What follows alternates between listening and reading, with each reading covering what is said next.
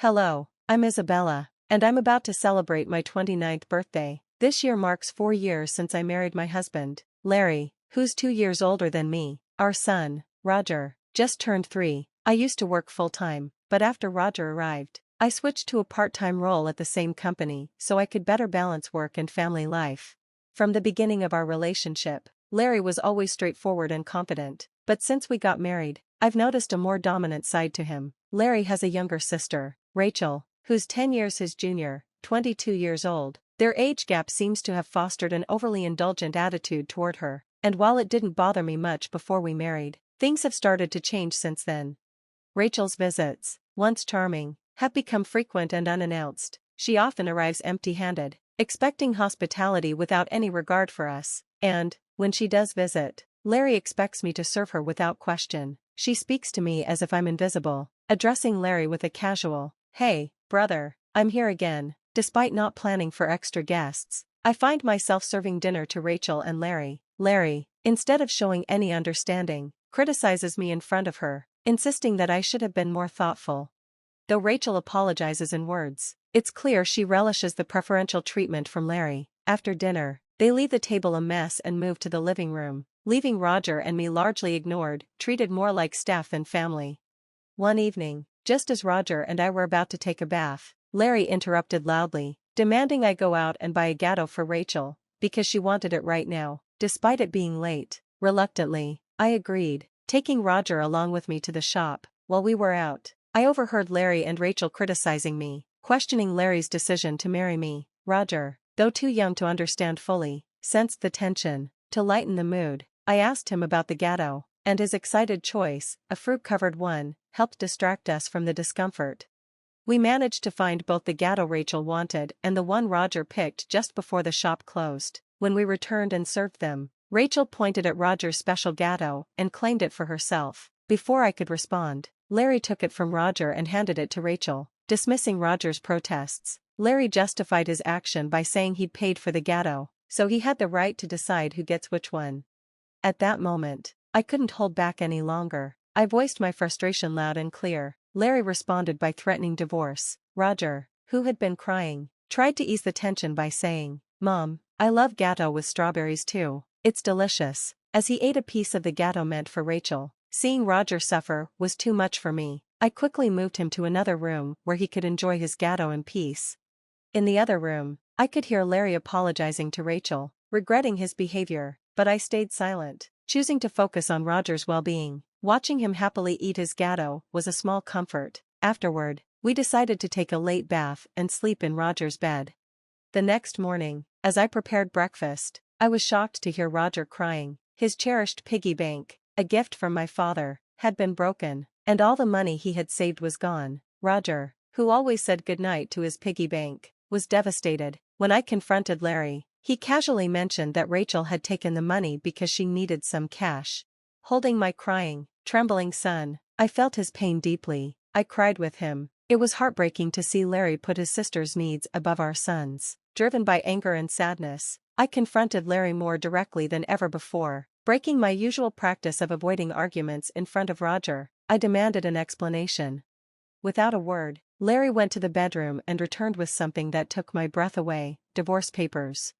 I was completely shocked when I found the hidden divorce papers Larry had prepared in secret, his anger clear in every gesture. Without a word, he thrust the papers at me and stormed out, slamming the door behind him. Standing there, holding Roger in my arms, the weight of our family's struggles finally hit me. Roger, who had always remained quiet about the tension between Larry and Rachel, reached his breaking point. Since the night before, he'd been crying, and the sight of his distress was too much for me to bear. I suggested we skip daycare for the day, and his loud, enthusiastic yes, accompanied by a faint smile, told me everything I needed to know. We both needed a break, so we dedicated the day to playing and bonding. Roger, beaming with joy, grabbed a picture book from the shelf, climbed into my lap, and announced, "Mama is the teacher at the nursery, right?" His innocent remark and angelic expression melted my heart, and in that moment, I decided to make the day even more special by taking the day off work. Though it might cause some inconvenience, my colleagues understood and gave me the time off. We spent the morning at the park, playing hide-and-seek and enjoying the sandbox and slide. By the time we returned home for lunch, Roger was visibly tired. Normally, he'd nap alone, but today he fell asleep in my lap, just like when he was a baby. For a moment, I thought about catching up on household chores, but I quickly decided against it. Today was about cherishing these peaceful moments with Roger. I let myself be healed by the sight of his serene, sleeping face and the sound of his gentle breathing. Just as I was soaking in the tranquility, the sound of the front door opening interrupted the calm. It was an unusual time for Larry to come home, and my heart raced with alarm. I quickly scooped Roger into my arms and hid us both in the bedroom closet. Through the thin walls, I heard a voice, Rachel's. My pulse quickened as I listened to her rummage through the house, muttering in frustration about not finding what she was looking for. Then, I heard her make a phone call, mentioning Larry and discussing their failed search. After locking the door behind her, Rachel left. I slowly came out of the closet, carefully put Roger to bed, and sat down, my mind spinning. The idea that Larry and Rachel might be conspiring left me feeling betrayed and afraid. In a whirlwind of emotions, I packed some essentials for Roger and me, and we left for the train station. Thankfully, my parents lived just 3 stops away. I didn't inform them of our arrival, but when they saw the worry in my eyes, they knew something was wrong. Without asking questions, they welcomed us in, providing the safety and understanding I desperately needed. Once settled in the comfort of their home, I shared everything with them: the shocking events, my fear of returning home, and the unsettling behavior of Larry and Rachel. My mother, ever the perceptive one, speculated that Rachel had been searching for my personal belongings, perhaps cash or cards. The thought of it sent another wave of dread through me, but at least here, with my parents, I felt a sense of temporary safety amidst the storm. As I reflected on my early career, I remembered the successes I had before marriage. I had once been the CEO of a thriving handmade goods company, a role I eventually passed on to trusted friends so I could focus on raising my child. Despite stepping back from the company, I continued working part-time from home. What Larry didn't know was that I had retained my position as CEO and maintained a level of financial independence that he was completely unaware of. The discovery of the hidden divorce papers Larry had secretly stashed away made me suspect that he believed I had substantial savings. While I had mentioned that the company still provided me with some financial support, I had purposely withheld the details of my CEO role and the full extent of my savings. This secrecy stemmed from my early realization that Larry struggled with managing money and tended to spend everything he earned. In the beginning, Larry contributed very little to our monthly food expenses and even suggested I quit working to become a full-time housewife. Given the financial strain of raising Roger on a tight food budget, I never agreed to stop working. Eventually, Larry grudgingly accepted that I would continue working part-time. Since Roger's birth, I had been using my savings to cover his nursery fees and clothing because Larry's contributions to the food budget were insufficient. I never asked him for more money, reinforcing his mistaken belief that I had ample savings. Considering Rachel's apparent need for money and Larry's misconceptions about my financial situation, it seemed likely that they were searching for my cash cards to safeguard against any potential financial intrusion. I had a separate savings account for Roger, into which a portion of my salary was directly deposited each month. Despite their efforts, they wouldn't find any cash cards, as I always kept my valuables with me. However, the ongoing issue of Rachel's unauthorized entries into our home, potentially with Larry's help, remained deeply troubling.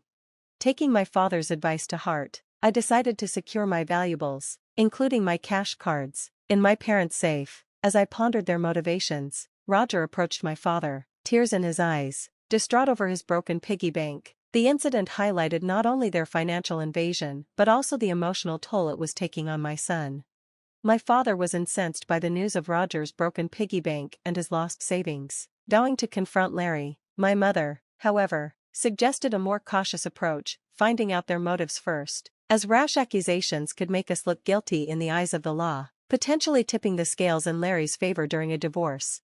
To better understand their intentions, I decided to secretly record their conversations. I consulted a lawyer who was a friend of my father's before heading back to our home that evening. As I began preparing dinner, I strategically placed my phone face down on the kitchen counter to discreetly record. Larry came home earlier than expected and immediately started questioning me about my cash cards. His questions were probing, and when I remained silent, his demeanor grew increasingly agitated. He demanded that I hand over the money. I earned money from my part-time job to support his sister, but when I refused to give him more, Larry erupted in anger. He shoved the signed divorce papers towards me, accusing me of living off his money and claiming there was no need for me to save for Roger. His harsh words even suggested that he valued Rachel more than our son. At that moment, I stopped cooking, grabbed the divorce papers, took Roger by the hand, and headed for the door. Larry's voice boomed behind us as he declared his intent for a divorce, ordering me never to come back. I replied firmly, stating I would never return to a home where strangers could come and go freely. Once outside, I received numerous messages and calls from Larry, all of which I ignored. I turned off my phone and sought refuge at my parents' house. There, I shared the recording and the divorce papers with them. While I confessed that I no longer had any love or affection for Larry, my primary concern was for Roger. My parents, fully supportive of whatever decision I felt was best, acknowledged the potential emotional impact a divorce could have on him. As we discussed these heavy matters, Roger, unaware of the full extent of the situation, mentioned he was hungry. Seeing my distress, my mother kindly stepped in to make burgers, his favorite meal. Overwhelmed by emotions and grateful for the supportive environment my parents provided, I couldn't hold back my tears as my mother served Roger his meal with a warm, reassuring smile.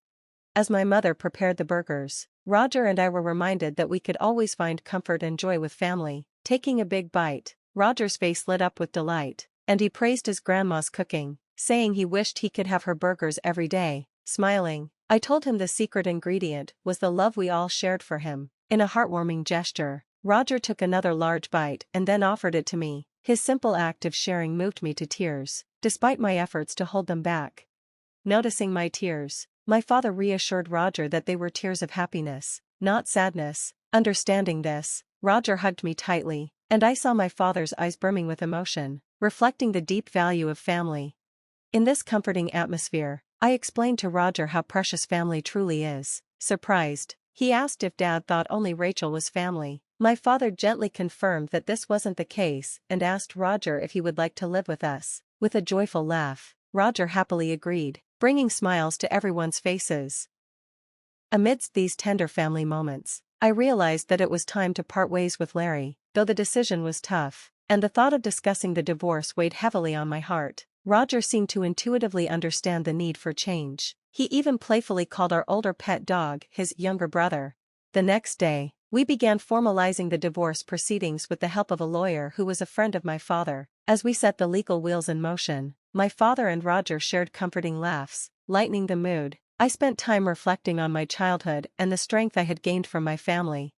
The following day, I checked my phone and found it overwhelmed with over 180 calls and messages from Larry, revealing his emotional turmoil. Exhausted by the barrage and needing clarity, I turned off my phone. With the lawyer's assistance, we explained the entire situation to my parents, uncovering that Rachel had accumulated significant debt due to a gambling and shopping addiction, further complicating the already strained family dynamics. Larry had secretly assumed the role of guarantor for Rachel, planning to use my savings to cover her debts. The lawyer informed us that the divorce papers had already been submitted. Larry, overwhelmed by the reality of the situation, broke down when he realized the divorce was final. Despite anticipating disagreements over child support, he agreed to pay $145 per month for Roger's upkeep. In a later conversation, Larry's tone was markedly calmer. He admitted to his financial manipulations and shared his complicated feelings about his responsibilities toward Rachel. I remained firm in my decision to move forward without reconsideration. As I heard his faint sobbing, he wished me happiness before ending the call. Resolute, I discussed future plans with my parents and decided it would be best for Roger and me to stay with them until he was older. I resumed my full-time role as president of the company, reaffirming my commitment to a stable and secure future for myself and my son. Later, I learned that Larry and Rachel had explained the situation of the divorce and Rachel's debts to their parents, leading to their disownment. Today, I find immense joy and peace in being surrounded by my loving family, far removed from the turmoil of my past with Larry.